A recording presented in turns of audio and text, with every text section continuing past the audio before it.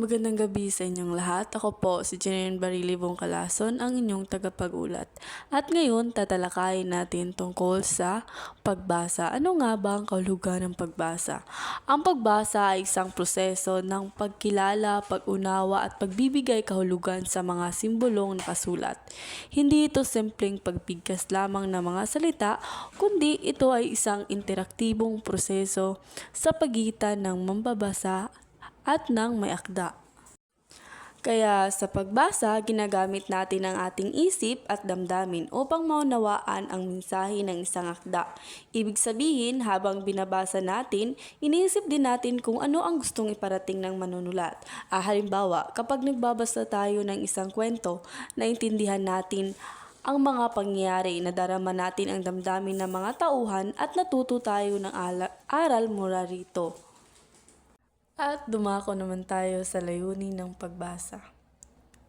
Una, makakuha ng impormasyon upang matuto at madagdagan ang kaalaman.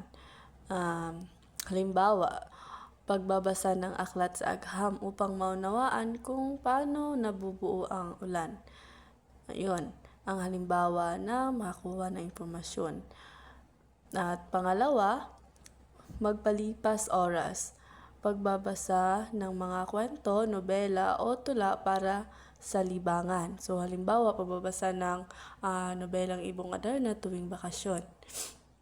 At pangatlo, makaunawa ng damdamin o idea upang maunawaan ang karanasan o pananaw ng iba. Halimbawa, pagbabasa ng tula tungkol sa pag-ibig upang madama ang emosyon ng may akda.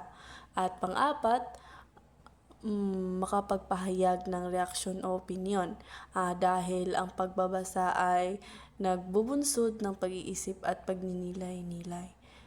Halimbawa, pagbabasa ng balita tungkol sa isyu ng kalikasan at pagbibigay ng sariling opinyon kung paano ito masolusyonan.